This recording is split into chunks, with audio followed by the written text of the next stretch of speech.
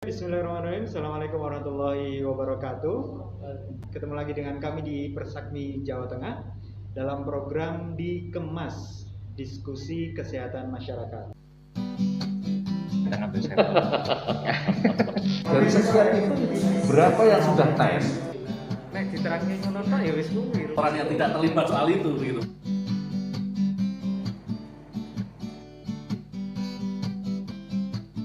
Jadi ini orang-orang kita, orang kesehatan ini sebenarnya sederhana Pak. Kalau Dikemas, diskusi kesehatan masyarakat bersama pengurus daerah Persakmi Jawa Tengah.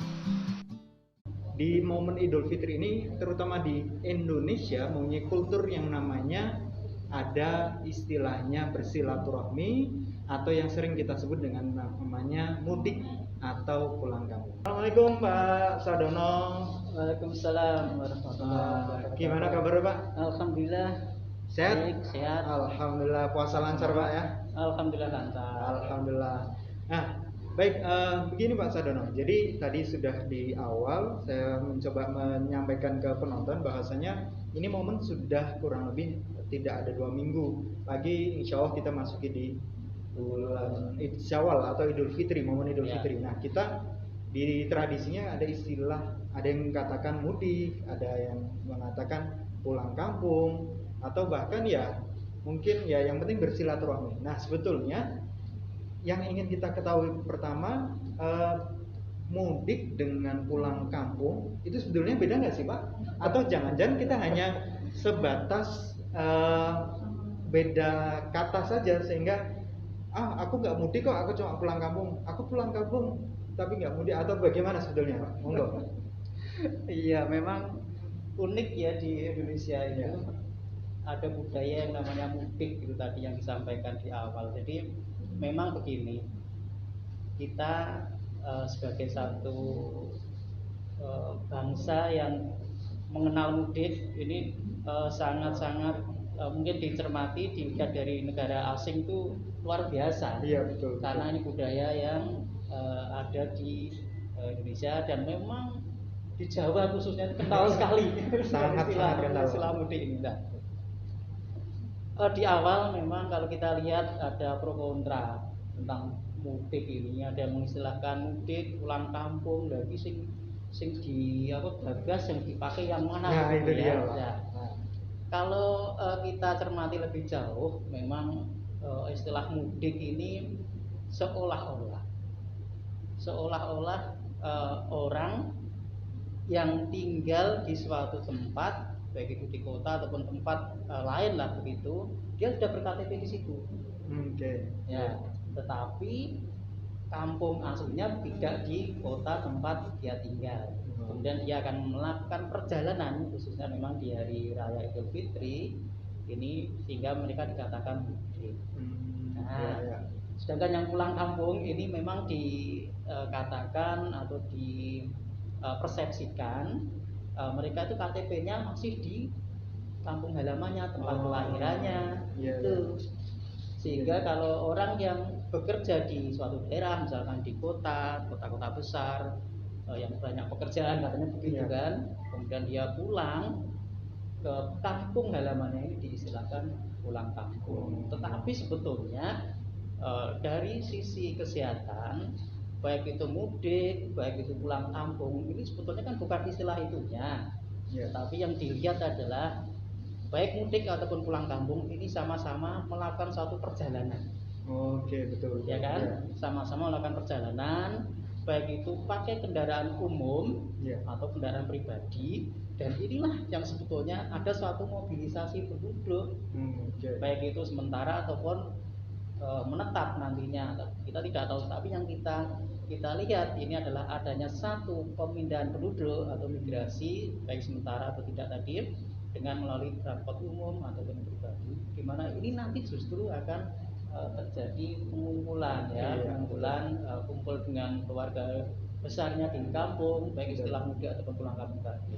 Oke, Ya. berarti memang artinya kita jangan sampai ikut terkotakkan dengan istilah saja Pak ya. Jadi Betul, menurut saya seperti itu. betul. Ya, Iya. artinya tadi yang boleh saya simpulkan sedikit, intinya sama-sama melakukan perjalanan, seperti Sama-sama itu. melakukan perjalanan. Dan akhirnya berkaitan dengan kondisi Indonesia ataupun dunia saat ini kan masih pandemi. Iya. Betul. Ya. Nah, sehingga sebetulnya perjalanan ini merupakan sebuah faktor resiko yang mana bisa jadi terjadi angka kasus baru, bahkan pelonjakan angka kasus baru. Itu kenapa Pak? Nah, sekarang coba ya, saya ganti bertanya dulu inilah. Oh betul. Mudik, pulang kampung, Yes. sama-sama naik transportasi umum. Yeah. Kira-kira risikonya sama nggak? Sama aja Pak. Sama kan? Betul. Nah, jadi kalau begitu istilah mudik dan pulang kampung dilihat dari sisi risiko, khususnya dalam kondisi pandemi semacam ini yang kebetulan kita belum bisa terbebas dari pandemi, ini risikonya sama. Iya betul. Jadi kita tidak usah mengatakan saya pulang kampung boleh, enggak seperti itu. Iya. Saya tak mudik enggak boleh. Ya ini sama-sama mudik dan pulang kampung sama-sama di sini adalah menggunakan transportasi umum ataupun kendaraan pribadi pun ini sebetulnya risikonya kurang lebih sama. Jadi antara mudik dan pulang kampung itu sami mawon. Ya sama saja. Iya.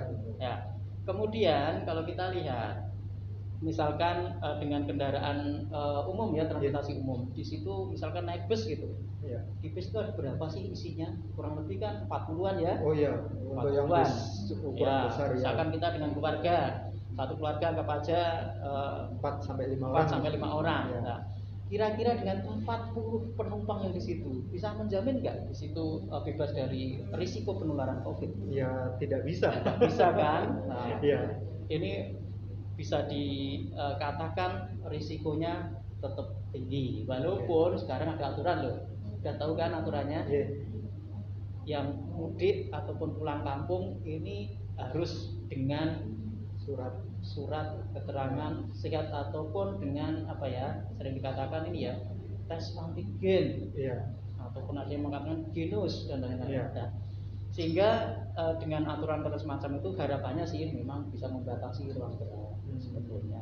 Nah, kemudian lagi misalkan pakai kendaraan pribadi, tadi kan contohnya kendaraan umum ya. Kalau kendaraan pribadi misalkan bawa mobil sendiri, satu mobil diisi 4. Apakah dalam perjalanan itu tidak akan mampir-mampir? Iya. Pertama Istirahat mungkin, Pak. istirahat. Iya. Nah, istirahat misalkan secara kerennya di rest area begitu ya. Keren, rest area. Iya. Di rest area ini kan juga ada risiko di situ. Betul. Baik itu di tempat sholat, tempat makan dan lain-lain. Akhirnya mandinya kamar mungkin. mandi juga. Ini akhirnya apa? Akhirnya kita tidak bisa mengetahui secara pasti di mana nanti kita akan tertular ya, atau dalam bahasa kerennya kontak gitu ya, dengan orang yang terkonfirmasi COVID-19 ataupun yang suspek. Ya, suspek itu tersangka atau terduga COVID-19. Nah, ini kan sama-sama risiko. Jadi misalkan pakai kendaraan sendiri ataupun kendaraan umum, risikonya kurang lebih sama. Belum lagi nanti kalau sampai kampung, sampai tempat halaman, di situ kumpul dengan keluarga besar yang berasal dari berbagai daerah ngumpul. Wah, ini semakin berlipat ganda risikonya. Iya, betul. Kira-kira begitu. Oke, jadi Mas, memang misalkan ya tadi yang sudah dijelaskan Pak Sardono itu berbagai daerah pada ngumpul di kampung dengan ketidaktahuan statusnya. Iya. Itu kan akhirnya jadi meresikokan warga yang ada di kampung itu berarti Pak ya. Yang mungkin tadinya kampung itu ya bebas dari resiko karena datangnya pemudik atau orang yang pulang kampung tadi, akhirnya menimbulkan ya tadi permasalahan baru, ada potensi penularan di kampung dan sebagainya. Jadi nanti bisa menular di lingkup keluarga. Jadi nanti akan jadi klaster baru istilahnya ya, di klaster penularan COVID baru. Ini kan risiko sekali untuk status kesehatan masyarakat di Indonesia khususnya. Agak bergeser sedikit Pak. Jadi mungkin ya kalau saya membayangkan kok ada orang yang di tipe saya pengen pulang kampung, yang penting kan saya pakai masker, kayak gitu. Kemudian kalau ada orang lain ya saya jaga jarak. Kan sudah menerapkan katakanlah 3M. Itu kok bagaimana kita menjelaskan orang tersebut bahasanya ya traveling atau perjalanan itu merupakan satu resiko tadi untuk mengingat kembali bagaimana sih COVID ini menular dari orang satu ke orang lain gitu Pak. Iya. Ya. Terkadang memang beberapa kondisi ini dijadikan alasan. Betul ya? Iya. Saya sudah divaksin. Iya, betul. Nah, itu kan sering juga ya mengatakan betul, seperti betul. itu. Saya sudah divaksin lengkap 1 dan 2. Berarti saya boleh mudik. Saya boleh pulang kampung. Iya. Saya sudah menggunakan masker dan Betul. jaga jarak. Saya berarti boleh. Nah, Ya. ini adalah satu pandangan-pandangan yang tidak sepenuhnya betul. Kenapa seperti itu? Kita tahu bahwa COVID-19 ini, COVID-19 ini adalah menular lewat udara. Oke. Ya, dalam bahasa kerennya boleh ya kita Iya, bahasa boleh, keren boleh, ya. Pak. Ya. Berarti airborne disease gitulah ya dalam bahasa kerennya. Penularan seperti itu. lewat Penularan udara. lewat udara. Nah, selama kita masih bernafas,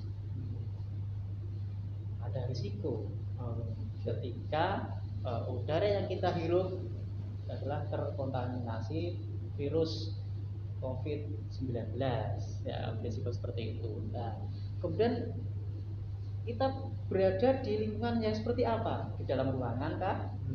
Atau di luar, di area bebas. Nah, tentunya kalau kita bicara mudik tadi, yang katanya sudah divaksin, Betul. sudah pakai masker dan jaga jarak, ketika dalam suatu ruangan, misalkan di transportasi umum, baik itu kereta api, bus ataupun pesawat, ini juga ada risiko. Kita tidak bisa menjamin penumpang yang lain aman, penumpang yang lain tidak suspek.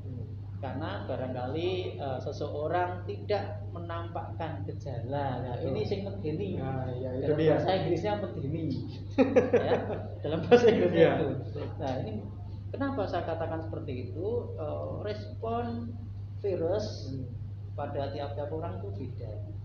Ada yang menampakkan gejala, ada yang tidak. Ya, yang tidak menampakkan gejala inilah yang sering lepas dari pemantauan dari petugas, Betul. baik itu di stasiun, di bandara ataupun di terminal-terminal. Ini lepas dari pengamatan karena tidak ada panas. Suhunya juga seperti iya, biasa. suhunya normal. Sekalipun mungkin sudah ada virus. Sudah ada virus lah. Ini yang perlu hati-hati sekali teman-teman semua ya. Jadi pertimbangkanlah ini. Jadi, Iya, betul. Jadi ketika kita dalam suatu ruangan resikonya lebih tinggi.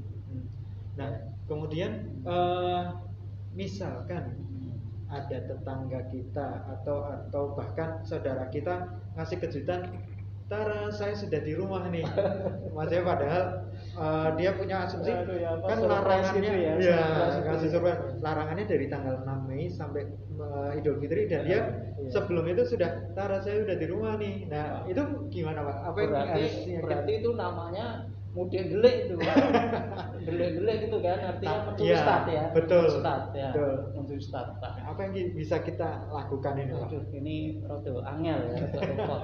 Karena curi start ini lepas dari pengawasan petugas tentunya ya. Tetapi dari sisi kesehatan masyarakat ini sebetulnya bisa disiasati. Jadi begini, untuk penduduk ataupun masyarakat ataupun siapapun yang katakanlah mencuri start untuk mudik atau bahkan tidak mencuri start tapi memang di saat larangan itu tapi masih bisa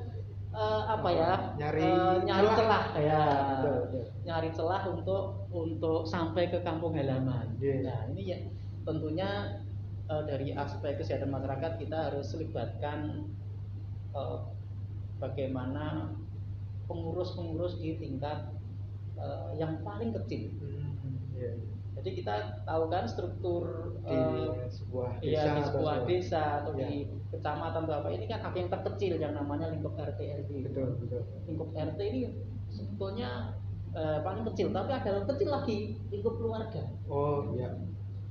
Lingkup keluarga. Jadi begini.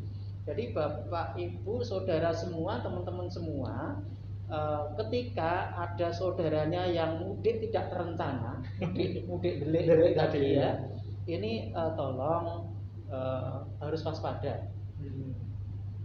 Walaupun itu saudaranya sendiri, kakaknya sendiri, omnya sendiri, leknya sendiri, tidak menjamin sendiri, atau bahkan bapaknya sendiri, betul, bapak ibunya sendiri gitu ya, yang mudik dari perantauan, dari kerja, ini harus diwaspadai. Ya, tetap harus di karantina. Karantina itu apa ya? Istilahnya, ya dideweki lah kamarnya.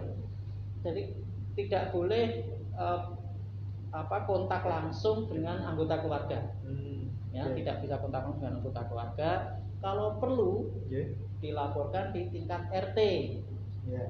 Tingkat RT nanti akan laporan ke RW ke desa, dan di desa ini harapannya sih ada tempat-tempat untuk karantina warga yang mudik delik tadi, yang muristat, kemudian mudik di masa larangan itu harus karantina. Minimal berapa? 5 hari. 5 hari saja, Pak. Kenapa 5 hari? Minimal ya. Memang kalau idealnya sih 14 hari, idealnya. Tapi minimal 5 hari untuk apa? Untuk mengetahui tadi yang saya katakan di awal, kan tadi ada yang namanya suspek atau orang yang sudah terinfeksi tapi tidak ada gejala, itu dalam waktu 5 hari ini akan muncul gejala, tidak hanya panas tapi juga mungkin gejala yang lain. Kalau panas mungkin tidak muncul, tapi ada mungkin batuk, ada flu, ada pilek, ini perlu diwaspadai. Yang muncul diperkirakan sekitar 5 hari setelah kedatangan mudik itu tadi. Kemudian di tingkat desa kalau bisa ada rencana itu, kalau nggak ada ya masing-masing keluarga harus melakukan bahwa yang mudik ini harus dilakukan khusus. Paling tidak jangan kontak terlalu erat. Kalau bisa ditempatkan sendiri di kamar, kalau bisa ya, tapi harus bisa karena ini untuk kepentingan kesehatan masyarakat kesehatan keluarga dan lain-lain. Dan jangan lupa tetap masker dan jaga jarak, cuci tangan. Dan terakhir mungkin tetap harus makan makanan yang bergizi seimbang. Jangan lupa buah dan sayur. Penting. Betul, Pak, betul. Apalagi momen Ramadan itu kadang momen untuk pola makan sehat akhirnya jadi malah. Baik, Pak Sono, mungkin obrolannya asik, Pak, ya, diskusi ini. Jadi proso, Mas. Iya, betul. Tapi penonton sekalian, nanti kita akan ada episode lain mungkin, Pak. Jadi topiknya kita update lagi, sedang hangat apa nih, nanti kita akan masukkan di konten di Kemas ini. Dan sebelum kita closing, saya minta closing statement dulu dari Pak Sadono, pesan untuk penonton YouTube dari Persakmi Jateng ini, Pak, terutama menjelang Lebaran ini, apa yang sekali lagi perlu diingatkan atau perlu disampaikan oleh penonton sekalian. Oke, terima kasih, Mas. Jadi terkait dengan mudik delik ini, ya sekali lagi Persakmi Jawa Tengah berpesan pada saudara-saudara semua, teman-teman, sahabat, bahwa kita harus bersama-sama untuk melawan corona. Dengan cara apa? Dengan cara tidak mudik dulu, tidak pulang kampung dulu, ditahan dulu. Tetapi yang penting adalah panjenengan, Anda semua, saudara semua, teman-teman semua sehat ya, dan keluarga tetap sehat, tetap semangat bahwa kita semua insya Allah bisa mencegah penularan COVID-19. Amin. Ya, matur nuwun Pak Sadono tentang diskusi kita yang mungkin lama tapi kerasanya sangat sebentar. Jadi banyak informasi yang bisa diterima oleh penonton sekalian. Jadi sekali lagi teman-teman sekalian yang punya usul kira-kira topik di Kemas selanjutnya kita ingin membahas tentang apa, silakan tulis di kolom komentar. Nanti dari kami, dari tim dari Persakmi Jawa Tengah akan coba memfasilitasi di episode di Kemas selanjutnya. Jadi seperti itu pesan-pesan dari Pak Saudara sudah disampaikan. Ingat, kita tetap melakukan 3M dengan mencuci tangan, pakai masker dan menghindari kerumunan, dan makanan bergizi jangan lupa disuplai dengan minuman yang berkhasiat, contohnya seperti jamu. Oke, mungkin itu untuk episode kali ini. Terima kasih. Jadi nanti keterangan lebih lanjutnya ada apa yang menanyakan jamu yang recommended, nanti kita akan tulis di kolom deskripsi. Silahkan nanti diakses saja di kolom deskripsi video kali ini. Terima kasih Pak Sadono, matur nuwun untuk sharing informasinya. Ya, Kita sama-sama. jumpa lagi di episode Dikemas selanjutnya. Saya Iqbal Masrui. Terima kasih. Wassalamualaikum warahmatullahi wabarakatuh. Waalaikumsalam.